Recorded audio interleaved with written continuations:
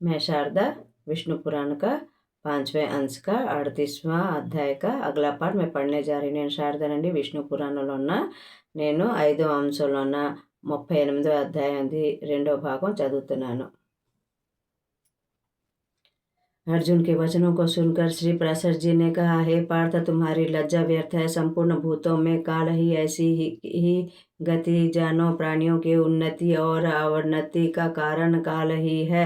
जय पराजय को काल के अधीन समझकर स्थिरता धारण करो। अतः हे पार्थ, तुम्हें अपनी पराजय से दुखी नहीं होना चाहिए। हे कौन्तेय, जिस समय तुम्हारा भाग्य उदय हुआ था उस समय से चक्रधार सहायक थे। उस सौभाग्य का अंत हो गया है। तो यह जानो कि विपक्षियों पर श्री केशव की कृपा दृष्टि हुई है, अन्यथा यह किसे विश्वास होगा कि तू गंभीरों से हार जाएगा।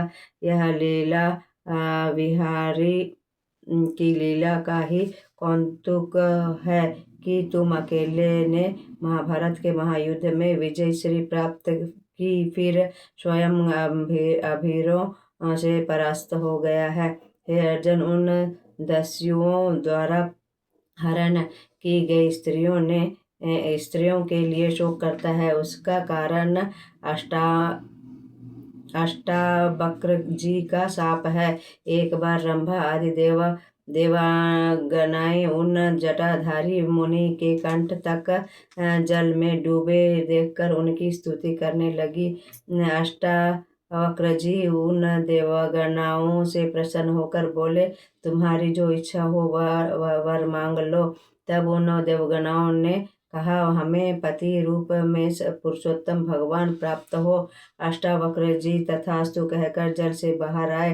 8 स्थान से टेढ़े उनके कुरूप तन को देखकर जो अप्सराएं हंसी थी, उन पर कुपित होकर उन्होंने शाप दिया कि तुमने मेरी हंसी उड़ाई, इसीलिए मैं श्राप देता हूँ कि श्री भगवान को पति रूप में पाकर भी मेरे श्राप से ग्रसित होकर लुटेरों के हाथों में पड़ोगी। तब वे अप्सराएं उनसे क्षमा मांगने लगी और अपने कृत्य पर प्रायश्चित करती हुई कहने लगी, हे ऋषिराज, हमसे अपराध हुआ है, हमें क्षमादान दे। इस प्रकार उन अप्सराओं ने पुनः ऋषि को प्रसन्न किया। मुनिवर ने कहा, मेरा श्राप मिथ्या न होगा। लुटेरों के हाथ पकड़े के पश्चात तुम सब पुनः स्वर्गलोक में चली जाओगी। हे अर्जुन, इस विषय में तुम्हें तनिक भी शोक नहीं करना चाहिए। हे पार्थ, जो उत्पन्न हुआ है उसका मृत्यु निश्चित है। उन्नत का पतन अवश्य भावी है।